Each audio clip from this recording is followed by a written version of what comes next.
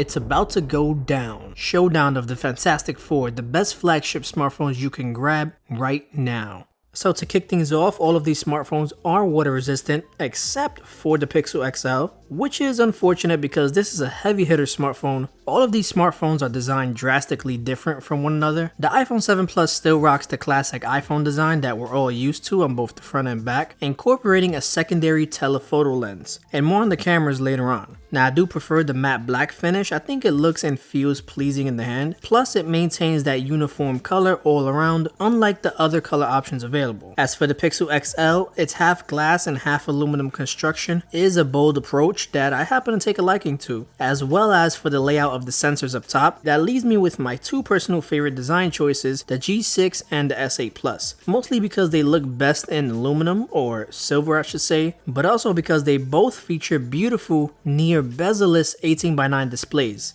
Samsung pushed smartphone design once again with their remarkable curved infinity display and symmetrical design that makes viewing anything on this phone simply hypnotizing. It instantly makes other flagship phones feel outdated, and that alone tells you that Samsung did something right. So unanimously, the Galaxy S8 takes the design category hands down. Now, speaking of displays, between the four smartphones, we're dealing with 16:9 versus 18:9. The iPhone 7 Plus being the inferior of the bunch with only a 5.5-inch 1080p display. It's not the sharpest around, but I have to admit it's one of the best 1080p displays that I've seen on a smartphone. As expected, downscaled 2K content looks incredible, so we can't really knock it too much. Now similarly on the Android side of things, still 16:9 territory with the same 5.5-inch screen size, the Pixel XL gives us twice the screen resolution with a gorgeous AMOLED display, and videos just look phenomenal on the screen. Those colors make a statement, and if you wanted to call this the best display, I wouldn't even be mad at you. So that brings us to the taller, finer 18:9 screens, with the LG G6 possessing a 5.7-inch IPS display well above 2K resolution, and the S8 Plus blesses us with the 18.5:9 6.2-inch Super AMOLED beast of a display, theoretically less reflective than the Pixel's AMOLED display, and the GS8 outputs far richer colors than any other smartphone shown in this video. Now the issue here is that 16:9 content on the LG G6 looks amazing, don't get me wrong, but you will get these black bars on the side and there's nothing you can do about them. Whereas on the Galaxy S8, Samsung optimized the YouTube app, allowing you to zoom into 16:9 content and take advantage of all of that screen real estate, which is what you're looking at now. And I mean, the B-roll shots speak for themselves, and the viewing experience only gets better in person. So once again, the Galaxy S8 comes out superior, taking the display category. Now all of the phone's fingerprint sensors are fast, but the Pixel and the G6 have the best placements without a doubt. I've addressed this many times before, it's just almost common sense where your finger naturally falls. So it's a tie between the two. And the iPhone's works great as well, as it's also in a natural position, and it's one of the fastest fingerprint sensors out there. Now despite me getting used to the S8's sensor placement, it's still awkward at the end of the day. But good thing I don't really have to use it as much, because one of the great things about the GS8 is iris scanning, hands down. It still blows my mind every time I use it. It's stupid fast and secure for unlocking your smartphone. It's so nice to see how far we've come with smartphones. Another underrated feature is Samsung Pay with magstripe mobile payments that allows you to pay anywhere, not just NFC terminals. Yet another exclusive feature that no other smartphone on the planet has. So these are just two great examples of how Samsung stands out from the competition. Now on to software. So the Samsung Experience UI cleaned up well, and it looks as if Samsung is getting closer and closer to stock Android.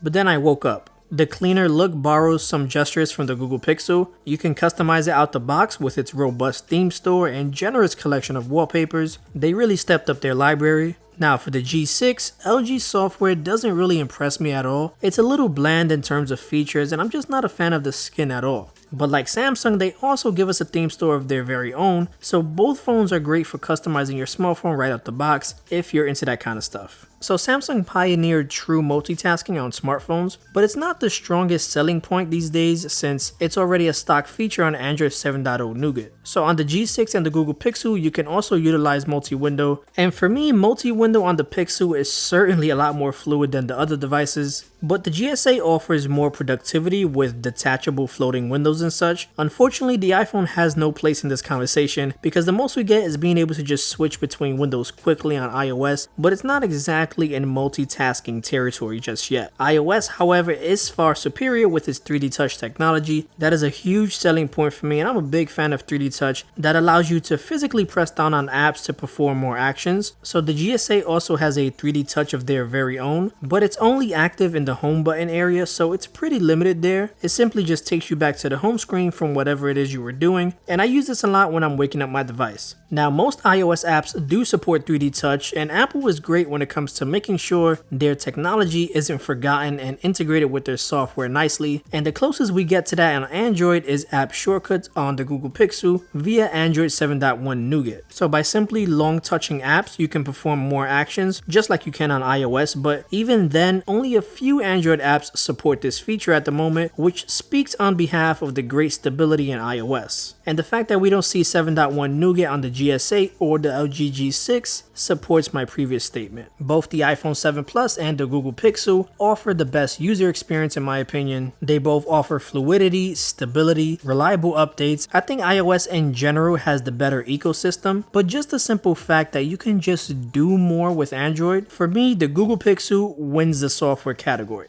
Now, as for battery, all of these smartphones got me through the day with no problem during normal usage, and I'm holding them in descending order of which smartphones lasted me the longest. Now, the beauty with these Android phones is that they all feature fast charging, which leaves the iPhone all alone. Now for the cameras. So now all of these smartphones take incredible photos. Briefly put, the GS8 and the Pixel produce the best results, while the iPhone 7 Plus and the LG G6 have their own advantages, both featuring dual lenses that let you seamlessly switch between the two. The iPhone's telephoto lens lets you get close without compromising quality, and the LG G6's wide-angle lens lets you see more when you're too close. And I'm not really a fan of that fisheye look. I mentioned it in my full review of the G6, but both work great for their own applications. Now, how about that quality? Here's a low light example from inside a restaurant. So taking a look at the G6 first, very clear photo, although it's a little too warm and red for my taste. While on the iPhone it looks a little bit flat, desaturated I would say. Now some like this more natural look, but that profile doesn't do much justice in this particular shot. Now the Pixel has a little more contrast, but here it takes a bit of a greenish hue. It's also a little noisier too around the red seat. I'm not sure what that's all about. And taking a look at the Galaxy S8, it seems a little darker than the rest, but it's not too warm, it's not too cool. The color temperature is just right, and I think it best represents what I saw in person. Now another semi-low light example. This time around, the Pixel is looking very warm for my taste. It's still very sharp by the way, but as I mentioned with the G6, I'm not really a fan of the reddish tones. And the G6 is also a tad bit warm, also very clear and relatively underexposed despite using HDR in both. Now the GS8 is a lot brighter. It seems to be about right, but I'm actually losing some color on the walls and some detail in the highlights on the door.